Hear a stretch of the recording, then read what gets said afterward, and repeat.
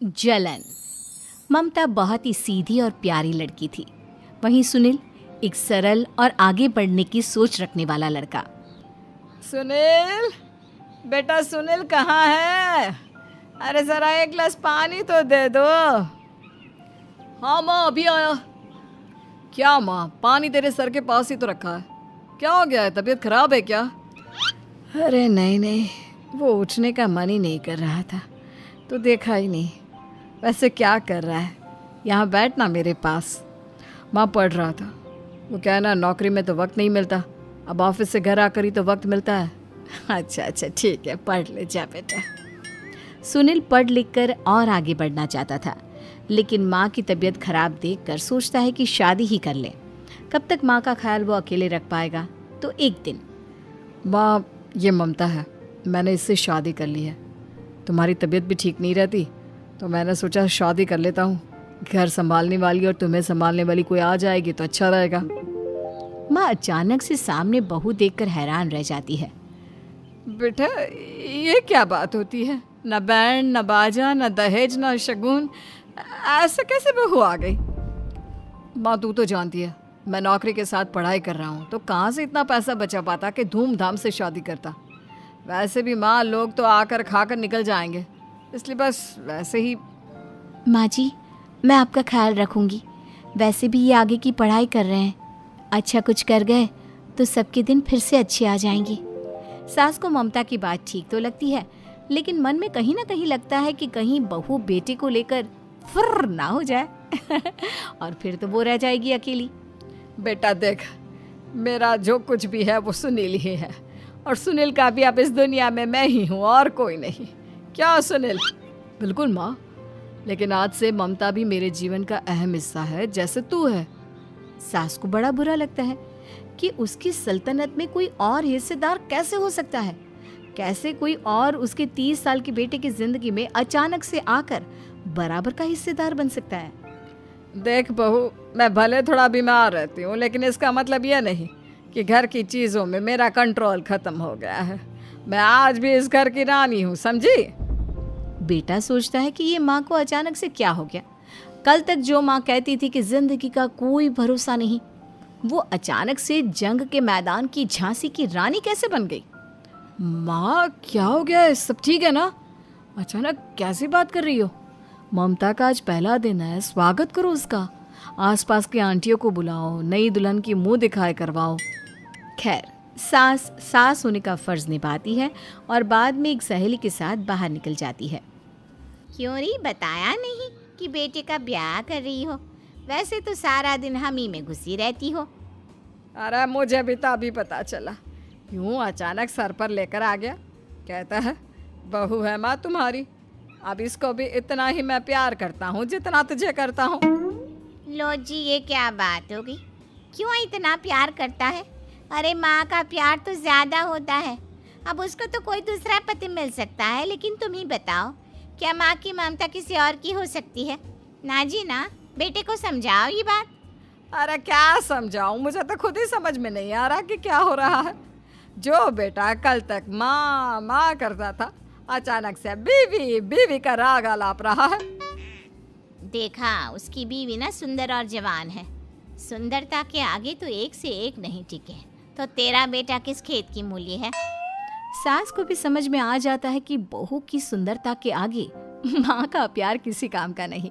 उधर बीवी, ए जी, अम्मा जी सहेलियों को छोड़ने गई थी, अभी तक आई नहीं, हम देख आए क्या?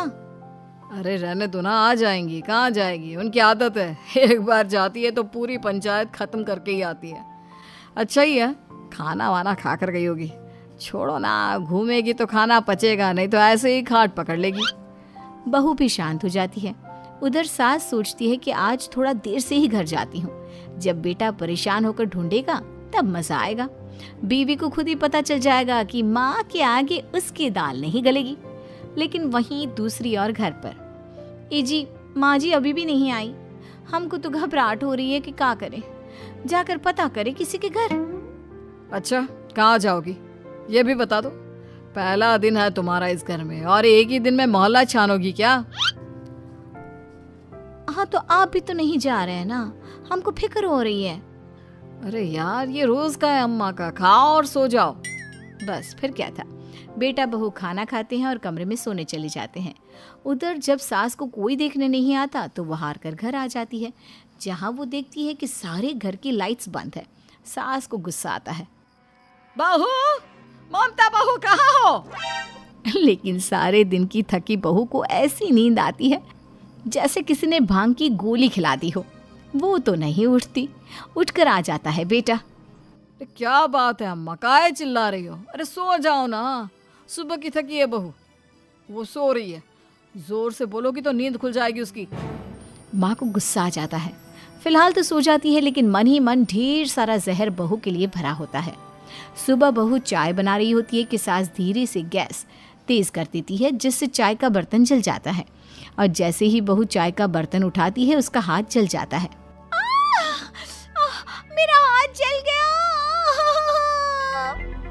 वो जोर जोर से चिल्लाकर इधर उधर भागती है कि सास थोड़ी देर में उसके हाथ में पानी डाल देती है। हाय रे बहू, क्या कर रही हो? पहली बार रसोई छुई हो क्या? सासू माँ गलती से गैस तेज रह गई थी और बर्तन जल गया, जिससे मेरा हाथ जल गया। हाय रे, कितना गंदा दाग। छी छी छी छी, मुझे तो उल्टी आ रही है तेरा गला हुआ मांस देखकर। तू ना मुझे अभी साथ से खाना मत लगाना। बहू भी खुद का हाथ देखती है तो उसे भी रोना आ जाता है। कुछ दिनों के बाद सास की सहेली आती है। बहू चाय बनाकर लाती है। उसके जाने के बाद सहेली कहती है, बहू की सुंदरता ऐसी है कि कोई भी दीवाना हो जाए। वैसे तेरे बेटे का क्या हाल है? अरे वैसा ही है, बहू के पीछे लट्टू।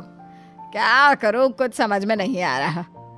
मैंने तो बहू के चेहरे पर दिवाली के पटाखे की चक्री फेंक दी, उसका पूरा चेहरा जल गया। अब देखो ना रही सुंदरता, और ना ही अब मेरा बेटा उसे पूछता है।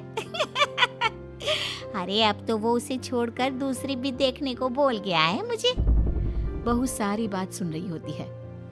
आंटी एक बात बताइए, क्या भरोसा है कि दूसरी सही आए और आपके अनुसार रहे?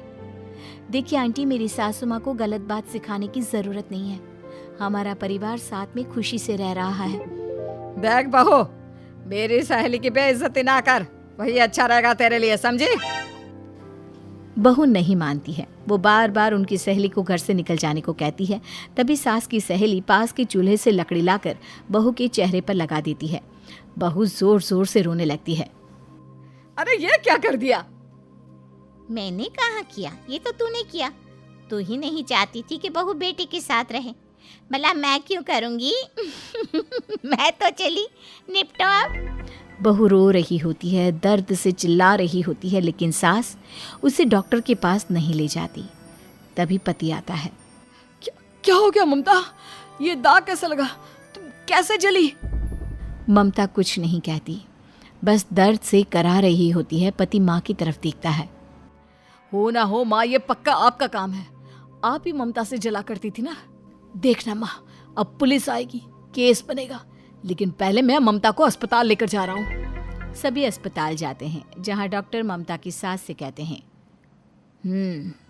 आपने तो नहीं जलाया ना बहू को? अब ममता की सास के तो पसीने छूट रहे होते हैं। वो घबरा कर कहती है, ना ना डॉक्टर साहब, कैसी बात करते हैं? हम क्या जलाएंगे अपनी बहू को?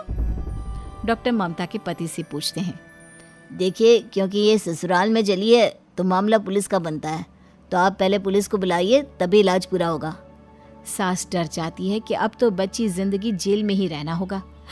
रहने दीजिए ना, पुलिस को क्यों बुलाना? सारी हंसी खत्म हो जाएगी जब पुलिस के डंडे पड़ेंगे। बहू को जलाना भले ही बहुत आसान हो, लेकिन उसके बाद सारी जिंदगी जेल की हवा खाना। सास डर जाती है। पुलिस आती है। पास लेटी दर्द से करा रही ममता स्टेटमेंट देती है। तो क्या हुआ था? कैसे जली आप? ममता पास खड़ी सास को देखती है। बेटी बताओ, कैसे जल गई तुम? ओए, काका का किरण वाली शाहरुख, चुप, बिल्कुल चुप। सास चुप। सभी इंतजार करते हैं कि ममता क्या बोलेगी। जी, मैं खाना बना रही थी, लकड़ी उड़कर मेरे ऊपर गिर गई और मैं जल गई। सास बहू की बात सुनकर रोने लगती है। देखा माँ, कितनी समझदार है ममता। ये चाहती तो, हाँ बेटा, ये चाहती तो मैं आज जेल में होती। मुझे माफ कर दे। मैं आगे से अभी कभी ऐसा नहीं करूंगी। बहू के साथ मिलकर रहूंगी। मुझे माफ कर दे।